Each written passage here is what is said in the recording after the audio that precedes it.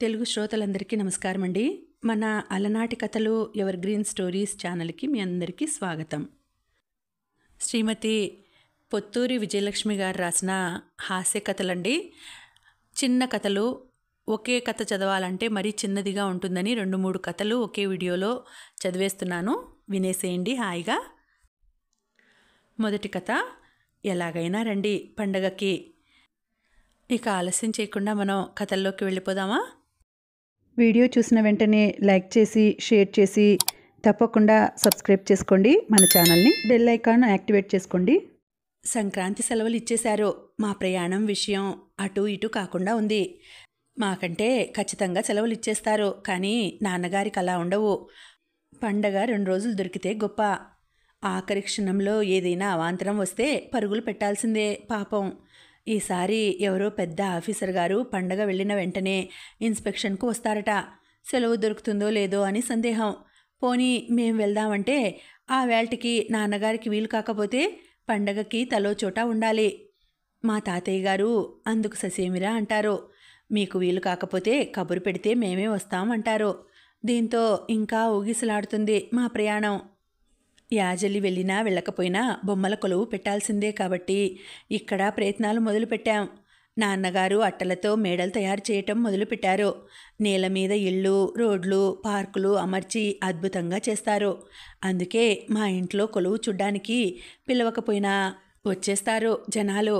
మామూలుగా మెట్లులాగా అమర్చి పెట్టే దశావతారాలు, సీతారాములు, రాధాకృష్ణులు వగైరా బొమ్మలు ఉన్నాయి. అవి యాజలిలో ఉంటాయి. ఆ వేళ ఉత్తరం వచ్చింది. అమ్మమ్మ రాసింది. సామాన్యంగా తాతయ్య రాస్తారు. ఆవిడ అత్యవసరం అయితే తప్ప రాయదు. చిరంజీవి సౌభాగ్యవతి వాణికి అనేక ఆశీస్సులతో మీ అమ్మ రాయినది. పండగ దగ్గర పడుతోంది. ఇంకా చడి చప్పుడు లేదు మీ దగ్గర నుంచి. నాకేమో కాళ్ళు చేతులు ఆడటం లేదు. మీ నాన్న నిమ్మకు నీరెత్తినట్లు కూర్చున్నారు. వస్తే వాళ్ళొస్తారు, లేకపోతే మనం వెళ్తాం అంటారు చిద్విలాసంగా. సంక్రాంతికి ఆడపిల్ల పుట్టింటికి రావటం ఆనందం. కానీ అమ్మా నాన్న కూతురింటికి వెళ్ళటం ఏం బాగుంటుంది? అదేమంటే మరి అల్లుడికి గవర్నమెంట్ ఉద్యోగం, మీ పుట్టింటి ఆరిలాగా వ్యవసాయం కాదు అని ఎగతాళి చేస్తారు. ఏం గవర్నమెంట్ ఉద్యోగమో, ఓ ముచ్చటా లేదు, ఓ అచ్చటా లేదు. ఎప్పుడూ ఉరకలు పరగలు. అప్పుడు ఉగాది నాడు అంతే. 4 మెతుకులు నోట పెట్టుకుని ఆద్రాబాద్రా వెళ్ళిపోయారు. ఇప్పుడెవరో పెద్ద ఆఫీసర్ వస్తాడు, సెలవు దొరుకుతుందో లేదో అన్నారట కదా. ఎవడా ఆఫీసరు? ఆయనకి ఇల్లు సంసారము లేదా? ఎక్కడుంటాడో తెలిస్తే పోయి 4 అడిగేస్తాను. ఏనాయనా, పండగనాడు కూడా స్థిమితంగా ఉండనివ్వవా మా అల్లుణ్ణి అని దులిపేసి వస్తాను. ఆ మాత్రం ఇంగిత జ్ఞానం లేకుండా ఎట్లా ఉంటారో మనుషులు. సరే మరి, మీరెప్పుడూ దైవాధీనం వ్యవహారమే. వచ్చేటట్లయితే విజయవంకీలు కొత్తగా చేయించిన గొలుసు తీసుకురా. నీ రాళ్ల నెక్లెస్ మర్చిపోకు. ఇకపోతే వెండి పూలబుట్ట, పన్నీరు బుడ్డి, పెద్ద గంధం గిన్నె పట్టుకురా. పిల్లలతో ఒంటరిగా ప్రయాణం అయితే జాగ్రత్త. ఇవన్నీ ట్రంకు పెట్టెలో పెట్టి బస్సు మీద ఎక్కిస్తే మధ్యలో ఎవడో దింపుకుపోతాడో. ఓ సంచిలో పెట్టి దగ్గర పెట్టుకో. సంచిలో ఏముంది అని ఎవరైనా అడిగితే బూడిద గుమ్మడికాయ మా అమ్మ కోసం అని చెప్పు. ఇంకా నువ్వొస్తే తేవాల్సినవి బోలెడున్నాయి. రాఘవయ్య గారి భార్య కెంపు రంగు చీర తెచ్చి పెట్టమన్నది. మొగుడికి తెలియకుండా నా దగ్గర డబ్బు దాచుకుంది. ఏం చేస్తుంది పాపం? ఆ ప్రబుద్ధుడికి అస్తమానం అరుగు మీద కూర్చొని పేకలాడటం తప్పించి పెళ్ళానికి పండగకి కొత్త చీర కొనాలని జ్ఞానం లేదాయే. ఇంకా నా కోసం సాంబ్రాణి కడ్డీలు, కలరా ఉండలు, కునేగా సెంటుబుడ్డి ఓ జంపకాన తెచ్చిపెట్టు. మనూళ్ళో పండగ సందడి మొదలైంది. దమయంతి, స్వరాజ్యం వచ్చేశారు. వాణెమ్మ ఎప్పుడు వస్తుంది అని నన్ను అడుగుతున్నారు. నాకు తెలిస్తేగా వాళ్ళకు చెప్పడానికి. బొత్తిగా గాల్లో దీపం పెట్టి మాధవా నీ మహిమ అనటమేగా. సరే మరి, ఇంకా చాలా రాయాలి గాని చోట్లేదు. ఆ ఆఫీసరు సత్రకాయకి ఏదో అడ్డంకి వచ్చి ఆయన గారి ప్రయాణం వాయిదా పడాలని దేవునికి దండం పెట్టుకుంటున్నాను. అయినా పండగ పూట ఇంటి పట్టున పడుండక ఇదేం సరదానో ఆ సన్యాసికి. ఇట్లు మీ అమ్మ. తన ఆఫీస్ అడ్రస్కి వచ్చిన ఆ ఉత్తరం చదివి నాన్నగారు ఒకటే నవ్వు. అమ్మ తెగ మొహమాట పడిపోయింది. ఇలా అవాకులు చెవాకులు రాస్తుందనే అమ్మని ఉత్తరం రాయనివ్వరు నాన్న. పోనీ కవర్ రాస్తుందా అంటే అది కాదు, ఉత్తరం అంటే కార్డే. ఆయన ఎటో వెళ్ళినప్పుడు రాసేసి ఉంటుంది అంది. అదృష్టం బాగుంది, నా చేతుల్లో పడింది. ఇంకెవరైనా చూసుంటే బాగుండేది కాదు. నేను భోగినాడు సాయంత్రానికి వస్తాను, నువ్వు పిల్లలు వెళ్ళండి అని మర్నాడే మమ్మల్ని డ్రైవర్ని ఇచ్చి కారులో పంపించారు నాన్నగారు. పంపకపోతే వాళ్ళ ఆఫీసర్ గారిని ఘాటుగా దీవిస్తూ మరో కార్డు రాసిస్తుంది అత్తగారు అని భయం వేసి ఉంటుంది. కథ సమాప్తం. ఇక చిన్న తెలుగు మాస్టారు అనే కథ వినేయండి మరి. మా స్కూల్లో ఇంకే భాషకి లేని ప్రత్యేకత మాతృభాషకి ఉండేది. తెలుగుకి మాత్రం 2 మాస్టార్లు ఉండేవాళ్ళు. పెద్ద తెలుగు మాస్టారు, చిన్న తెలుగు మాస్టారు.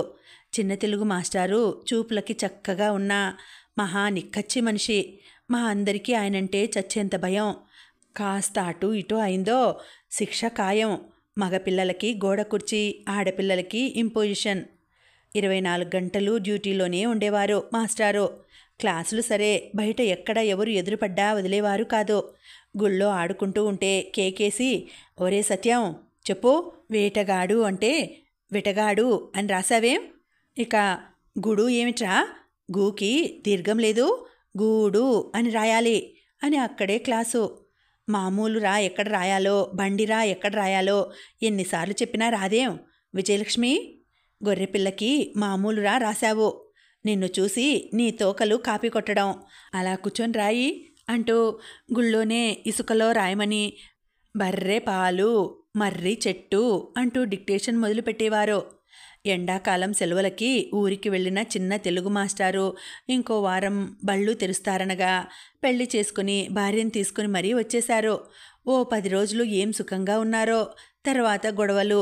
ఓ రోజు శృతి మించితే 4 పెద్దవాళ్లు కలుగజేసుకున్నారు. చోద్యం చూడడానికి ఊరంతా పోగయ్యారు. ఆయన ఆగ్రహంగా ఉన్నారు. ఆవిడ ఏడుస్తోంది. పిల్లలకి పాఠాలు చెప్పావు బావుంది, పెళ్ళానికి పాఠాలు చెప్పటం ఏమిటి నాయనా, చోద్యం కాకపోతేనో అంది సీతమ్మమ్మ. ఏం చెయ్యనో, పనులన్నీ వచ్చు. మొగుడికి ఉత్తరం రాసుకునే పాటి చదువువచ్చు అంటే నమ్మి 3 ముళ్ళు వేసేశాను. తీరా చూస్తే వర్ణమాల తప్పించి గుణింతాలు కూడా రావు. సరుకుల పట్టి రాసింది చూడండి. అర్థం కాక పచారీ కొట్టు సుబ్బారావు చిన్న తెలుగు మాస్టారో అని నా దగ్గరకు పరిగెట్టుకొచ్చాడు అని చూపించారు. చెతపడా చకారా మాచనను అని ఉంది అందులో. ఏమిటిది అని అడిగారట చూసిన వాళ్ళు. చింతపండు, చక్కెర, మంచి నూనె ఇలా రాసి ఏడ్చింది అన్నారు మాస్టారు. నాకంతే వచ్చు, చదువు రావటం లేదనే తొందరగా పెళ్లి చేసేశారు అని ఏడ్చింది. సరే అప్పుడు రాలేదు, ఇప్పుడు నేర్చుకో అంటారు మాస్టారు. పెళ్ళయ్యాక చదువేమిటి అంటుంది ఆవిడ. అవునాయనా, ఇంకెందుకు చదువు, ఉద్యోగాలు చెయ్యాలా ఊళ్ళేలాలా అన్నారట ఆడంగులు. ఊళ్ళు ఏలకపోయినా కనీసం తన పేరు రాయటమైనా రావాలి కదండి. పార్వతి అని రాయమంటే పారావాత అని రాస్తుంది. ఇక నా పేరు రాయమంటే బోర్న ఏడుపు అన్నారాయన. ఏడవక ఏం చేయను, ఆయన పేరు నిండా ఒత్తులే అందావిడ. ఆయన పేరు వళ్ళి సుబ్రహ్మణ్య కాశీ విశ్వనాథ శాస్త్రి. నే చదవను అంటుందావిడ. కాదు చదువుకోవాల్సిందే అంటాడు ఈయన. అవునమ్మా, సంతకమైనా పెట్టడం రాకపోతే ఎట్లా? రేపు ఏ మనీ ఆర్డరో రిజిస్టరో వస్తే పరావాత అని సంతకం పెడితే ఇవ్వరు వాళ్ళు అన్నారు పోస్టాఫీస్ నడిపే పశుపతి గారు. అందరూ ఆయన పక్షమే మాట్లాడేసరికి తలాడించింది ఆవిడ. 6 నెలలు గడిచేసరికి ఆవిడ తెలుగు కాస్త దారిన పడింది. ఆవిడ చీటీ రాస్తే అది పుచ్చుకొని, చిన్న తెలుగు మాస్టారో ఇదేమిటి అని స్కూల్కి పరిగెత్తుకు రాకుండా సరుకులు కట్టిస్తున్నాడు సుబ్బారావు. ఇంకొంతకాలం శ్రద్ధగా నేర్చుకుంటే బాగానే ఉండేది. కానీ ఆవిడకి కాస్త తేడా చేసింది. ఇలాంటి సమయంలో సంతోషంగా ఉంచాలి గాని మనసు కష్టపెట్టకూడదు సుమా అని పెద్దవాళ్ళంతా మందలించడంతో తెలుగు పాఠాలు అటకెక్కాయి. 9వ నెల రాగానే వెళ్ళి పిల్లాడికి 3వ నెల నిండబోతుండగా వచ్చింది ఆవిడ. ఆ నెల మళ్ళీ చిన్న తెలుగు మాస్టారో మీరే దిక్కు అంటూ సుబ్బారావు స్కూల్కి పరిగెత్తుకొచ్చాడు. చీటీ చూపించి చేతులు జోడించి నిలబడితే చీటీ తీసుకొని చదివారు మాస్టారు. సంబరాన, ఆమదమా, చనలిపాయ, సంత. చీటీ చదివి బుర్ర గోక్కుని ఏమిటి గోలా, సాయంత్రం నేనొస్తాలే అన్నారు చిన్న తెలుగు మాస్టారు. సాయంత్రం మళ్ళీ గొడవ పడ్డారు దంపతులు. మళ్ళీ అందరూ చేరిపోయారు. నేర్చినది కాస్త పురిటికెళ్ళినప్పుడు మర్చిపోయి ఏడ్చింది. చూడండి, సాంబ్రాణి, ఆవదం చిన్నుల్లిపాయ, శొంఠి కావాలంటే ఎలా రాసి తగిలెట్టిందో అని ఆయన గోల. మర్చిపోయాను, అసలు అదేమిటో నాకేవీ గుర్తుండవు అంది పార్వతి కళ్ళు తుడుచుకుంటూ. చాలేవయ్యా చిన్న తెలుగు మాస్టారు, పసిబిడ్డ తల్లిచేత కంటతడి పెట్టిస్తే అశుభం సుమా అని హెచ్చరించింది సీతమ్మమ్మ. ఇటు నేర్చుకుని అటు మర్చిపోతూ ఉంటే ఎట్లాగండి మరి? తెలుగు మాస్టారి భార్యకి తెలుగు రాదని తెలిస్తే నలుగురిలోనూ నా పరువేం కావాలి అని మొత్తుకున్నాడాయన. సరేలేవయ్యా, ఇద్దరో ముగ్గురో పుట్టాక ఏకంగా తల్లికి పిల్లలకి ఒకేసారి చదువు చెబుతూ గానిలే, అందాక ఏదో విధంగా కాలక్షేపం చేసేయి అని సలహా చెప్పారు మా తాతయ్య. కథ సమాప్తం. శ్రీమతి పొత్తూరి విజయలక్ష్మి గారు రాసిన మరొక హాస్య కథ వినేద్దామా? క్షేమంగా వెళ్ళి లాభంగా రా అనే కథ. పొద్దున్న 8 కావస్తోంది. ఆ వేళ మా ఇంట్లో కాస్త హడావిడిగా ఉంది. మా అమ్మమ్మకు అన్నవరస అయిన రామభద్రం తాతయ్య గారి ప్రయాణం. ఆయన పొద్దున్నే లేచారు. వేడినీళ్లు స్నానం చేసి సంధ్య వార్చుకుని సిద్ధం అయిపోయారు. ఊరి ప్రయాణం అని మా అమ్మమ్మ బొంబాయి రవ్వ ఉప్మా చేసింది. బాదం ఆకులో పెట్టి తాతయ్యకిచ్చింది. అబ్బా, అమృతంలా ఉంది అమ్మాయి అన్నారు తాతయ్య. అందులో అతిశయోక్తి ఏమీ లేదు. మా అమ్మమ్మ ఏం చేసినా అమృతంలాగానే ఉంటుంది. అమ్మమ్మ కొసిరి కొసిరి వడ్డించిన ఉప్మా తిని కాఫీ తాగి సంచి తీసుకుని చెప్పులు వేసుకున్నారు తాతయ్య. వెళ్ళొస్తానమ్మా అన్నారు. ఈ 2 రోజులు సందడిగా ఉంది, ఇంకా ఇల్లు చిన్నబోతుంది అని కన్నీళ్లు పెట్టుకుంది అమ్మమ్మ. మాకు ఏడుపొచ్చింది. అదేమిటో, ఎవరైనా వస్తే సంతోషం, వెళ్తుంటే బాధ ముంచుకొచ్చేస్తాయి.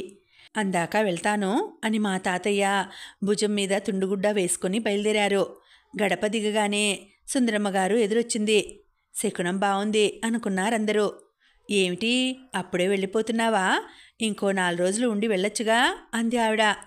లేదులే వదిన, పనుంది, మళ్ళీ వస్తాలే అన్నారు తాతయ్య. ఆవిడే కాదు, కనిపించిన వాళ్ళందరూ అదే ప్రశ్న. అందరికీ అదే సమాధానం. మంచినీళ్ల బావిదాకా వెళ్ళిన మా తాతయ్య గారు అక్కడ ఆగిపోయారు. రామభద్రం తాతయ్య వెళ్ళిపోయారు. రోడ్డు మీద నుంచి మా యాజలి ఊళ్ళోకి మైలు దూరం. అక్కడికి వెళ్ళి బస్ ఎక్కాలి.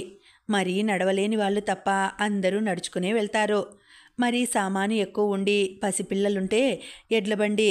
అక్కడ రోడ్డు పక్కన పెద్ద రావి చెట్టు. అదే మా ఊరి బస్సు షెల్టర్. పక్కనే మంచినీళ్ల బావి, ఓ సోడా బండి. 11:30 వరకు కాంపౌండర్ గారు వచ్చారు. రోడ్డు దగ్గర రాంభద్రం పెదనాన్న కనిపించారు మావయ్య అన్నారు. అదేమిటి, ఇంకా బస్సు రాలేదు అని ఆశ్చర్యపోయారు తాతయ్య. చందోలు బస్సు వచ్చిందట. ఇది ఎక్కితే చందోల్లో మారాలి. అక్కడ విపరీతమైన జనం, మీరెక్కలేరు. ఇంతసేపు ఎలాగా ఆగారు? ఇంకాసేపు ఆగితే గుంటూరు బస్సు వస్తుందని ఆపేశాడట సోడా బండి నర్సయ్య అని చెప్పాడు. ఇక తాతయ్య గారికి ఆరాటం మొదలైంది. అమ్మమ్మ ఇంకా కంగారు పడిపోయింది. తాతయ్య వీధిలోకి వెళ్ళి 4 ఇళ్ల అవతలుండే హనుమంతరావుని బస్సు షెల్టర్ దగ్గరికి పంపారు. హనుమంతు గంటైనా రాకపోయేసరికి బస్సు వచ్చి రామభద్రం వెళ్ళిపోయి ఉంటాడు అనుకుంటూ ఉండగానే సైకిల్ దిగి, ఇదిగో తాతయ్య సంచి అన్నాడు హనుమంతు. సంచి సరే, మనిషేడి అన్నారు తాతయ్య. సుబ్బారావు బండి వస్తుంటే అందులో ఎక్కించాను అని చెప్పాడు. మరి కాసేపటికి బండి దిగారు రామభద్రం తాతయ్య. డైరెక్టుగా అక్కడ దిగొచ్చు అని దానికోసం కాచు కూర్చుంటే ఆ గుంటూరు బస్సు వచ్చి ఇక్కడ ఆగకుండా వెళ్ళిపోయింది. దాన్ని నమ్ముకుని 2 చందోలు బస్సులు వదిలేశాను అన్నారు. మంచి పని చేశావు. ఇప్పుడంతా పరుగులు పెడుతూ వెళ్లాల్సిన రాజకార్యాలు ఏమున్నాయి అన్నారు మా తాతయ్య. అన్నయ్య తిరిగి వచ్చాడన్న ఆనందంతో మరి కాస్త ఆలస్యంగా 2ంటికి వడ్డించింది అమ్మమ్మ. దోసకాయ కూర, కొయ్య తోటకూర పులుసు. అవి 2 ఆయనకి చాలా ఇష్టం. నన్ను చూసి వంట చేశావుటే అమ్మాయి అన్నారు. లేదన్నయ్య, అనుకోకుండా కుదిరాయి. ఇందాక వంట చేస్తూ నిన్నే తలుచుకున్నాను అంది అమ్మమ్మ. దంతసిరి అంటే ఇదే అన్నారాయన తృప్తిగా భోంచేస్తూ. మళ్ళీ బోలెడన్ని కబుర్లు చెప్పుకున్నారు.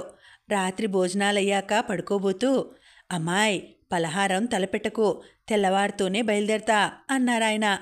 ఇంకా నయ్యం, ఇల్లు దాటితే ఇన్ని సోడా నీళ్ళైనా తాగవాయేను. ఖాళీ కడుపుతో అట్లా ఎట్లా పంపిస్తాను అంది అమ్మమ్మ. మర్నాడు గోధుమ రవ్వ ఉప్మా చేసి పెట్టింది. అమృతంలా ఉందే అమ్మాయి అని మెచ్చుకున్నాడు ఆయన. చెప్పులేసుకోగానే, ఏమిటో ఎప్పుడు చెప్పుల్లో కాళ్ళు పెట్టుకొని వస్తావు, 4 రోజులుండి వెళ్ళొచ్చుగా అంది. అందాక వెళ్ళొస్తాను అని మా తాతయ్య బయలుదేరారు. గుమ్మం దిగేసరికి శ్రీదేవమ్మ ఎదురొచ్చింది. శుభశకునం. ఎదురైన వాళ్ళంతా అప్పుడే వెళ్తున్నారేం, 2 రోజులు ఉండొచ్చుగా అంటాం. లేదు, పనుంది అని తాతయ్య సమాధానం. మంచినీళ్ల బావిదాకా వెళ్ళి ఇక ఉంటాను, ఏ బస్సు పడితే అది ఎక్కకు సుమి, గుంటూరు బస్సులోనే వెళ్ళు, దొరక్కపోతే వచ్చేయి, రేపెళ్ళొచ్చు, క్షేమంగా వెళ్ళి లాభంగా రా అని సాగనంపారు తాతయ్య. కథ సమాప్తం. మా అమ్మని పోలీసులు పట్టుకున్నారు అనే ఈ చిన్న కథ వినేద్దామండి. రాసినవారు శ్రీమతి పొత్తూరి విజయలక్ష్మి గారు. ఊరంతా కారు చిచ్చులా వ్యాపించింది ఆ వార్త. ఎవరి నోట విన్నా అదే మాట. మర్రి చెట్టు పంతులుగారి భార్యను చిన్నపట్నంలో పోలీసులు పట్టుకున్నారట. అయ్యో, ఎట్లా, జైల్లో పెడతారా? అసలు ఎందుకు పట్టుకున్నారట? ఏం నేరం చేసింది అని గుంపులుగా చేరి చర్చలు. ఆవిడ ఆత్మీయులైన మా అమ్మమ్మ, రాజమ్మ మా అమ్మ, విశాలమ్మమ్మ ఒకటే ఏడవటం. గంగిగోవు లాంటిది, ఒకదాని వెంబడి ఒకటి ఎన్ని కష్టాలు వచ్చి పడుతున్నాయో అని. మా ఊళ్ళో ఓ దంపతులు ఉండేవాళ్ళు. వాళ్ళింటి ముందు పెద్ద మర్రి చెట్టు ఉండేది. అందుకని అందరూ ఆయన్ని మర్రి చెట్టు పంతులు గారు అనేవాళ్ళు.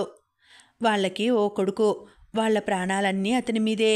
పైసా పైసా కూడబెట్టి పెద్ద చదువులు చదివించారు. మెడ్రాస్లో కెమిస్ట్రీలో ఎంఎస్సీ చేసి పై చదువులకు విదేశాలకు వెళ్ళిపోయాడు. అదేదో కొరడా దేశంట అనేది అమ్మమ్మ. కెనడాకు వచ్చిన తిప్పలు. ఓడ మీద ఓ వారం రోజులు ప్రయాణం చేస్తే అప్పుడు చేరతారట ఆ దేశానికి అని చెప్పేవారు తాతయ్య. ఏమిటో ఒక్కగానొక్క కొడుక్కి ఇక్కడ గుప్పెడు గింజలు దొరకవనా అంత దూరం పంపించారు అని బాధపడ్డారు అందరూ. 80 ఏళ్ళు సంపూర్ణ జీవితం గడిపి కన్నుమూశారు మర్రి చెట్టు పంతులుగారు. దాయాదులెవరో దహన సంస్కారాలు చేశారు. 5వ రోజుకి వచ్చాడు కొడుకు. మిగిలిన కార్యక్రమాలన్నీ పూర్తి చేసి తల్లిని తీసుకొని కెనడా వెళ్ళిపోయాడు.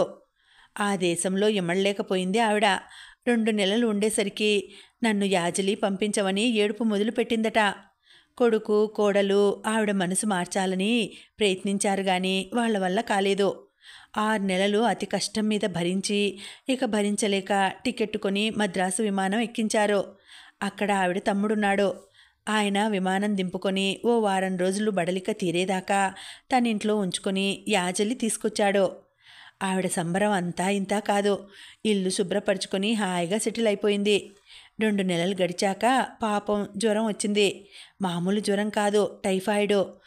ఊళ్ళో వాళ్ళ వైద్యం పనికిరాకపోయేసరికి తెనాలి నుండి డాక్టర్ భానుమూర్తి గారిని పిలిపించారు. ఆయన చూసి, వైద్యం చేస్తాను కానీ తగ్గుతుందని నమ్మకంగా చెప్పలేను, పెద్ద వయసు, ఎందుకైనా మంచిది కొడుక్కి కబురు పెట్టండి అని చెప్పారు. కొడుకు అడ్రస్ ఇస్తాం, మీరే కేబుల్ ఇవ్వండి అన్నారు తాతయ్య. కబురు అందుకొని డాక్టర్ గారితో ఫోన్లో మాట్లాడి పరిస్థితి తెలుసుకున్న కొడుకు కెనడా నుంచి వచ్చేశాడు. మరి కొడుకు వచ్చాడన్న సంతోషమో వైద్య ప్రభావమో గాని ఆవిడ తిప్పుకుంది. 10 మందిని పిలిచి తన సమస్య బయట పెట్టుకున్నాడు కొడుకు. వదిలి వెళ్ళలేడు, తనిక్కడ ఉండలేడు. అందరూ ఆవిడకి నచ్చజెప్పారు. ఆవిడ వినకపోతే తాతయ్య కలుగజేసుకున్నారు. చూడమ్మా, ఒక స్త్రీ భర్త దగ్గర ఉండాలి, ఆయన వెళ్ళిపోయాక కొడుకు దగ్గర ఉండాలి, అదే ధర్మం, ఇక మాట్లాడకు అని కాస్త గట్టిగానే చెప్పేసరికి ఎదురు చెప్పలేక ప్రయాణం కట్టింది. 3 నెలలు గడిచాయి. హఠాత్తుగా పోలీసులు పట్టుకున్నారని ఈ కబురు. 3వ నాటికి మా అమ్మని పోలీసులు వదిలేశారని, మరో 4 రోజుల్లో ఊళ్ళోకి వస్తుందని కబురు తెలిసింది. ఊరంతా ఉత్సాహంగా మొక్కులు తీర్చేశారు. ఓ రోజు బాపట్ల నుంచి చిన్న కారులో వచ్చింది మా అమ్మ. ఆవిడ మేనల్లుళ్ళు 2 సాయం వచ్చారు. ఆవిడ ఏడవా, ఆవిడని చూసి వీళ్ళు ఏడవా. ఇంతకీ మా అమ్మని ఎందుకు అరెస్టు చేశారంటే, అప్పటి ఆచారం ప్రకారం శిరోముండనం, తెల్ల పంచ, అది ఆవిడ అవతారం. ఏడాదిలో మద్రాసు నుండి కెనడాకు 4 సార్లు ప్రయాణం చేసింది. ప్రయాణం అంటే మాటలా, బోలెడంత ఖరీదు. మామూలు వాళ్ళు ఏ 10 ఏళ్లకు ఒకసారి ప్రయాణం చేయడానికే వెనకాడతారు. అటువంటిది ఈ విచిత్ర వేషధారిని, వయసు మళ్ళినావిడ ఎందుకు అటు ఇటు తిరుగుతోంది? ఏమన్నా సమాచారం కానీ సామాను కానీ దొంగతనంగా చేరేస్తోందా అని కస్టమ్స్ వారికి అనుమానం వచ్చి అరెస్టు చేసి క్షుణ్ణంగా పరిశీలించి అటువంటిది ఏమీ లేదని నిర్ధారించుకుని వదిలారట. ఆవిడకి భాష రాదు, దుబాసీని ఏర్పాటు చేసుకోవాలి.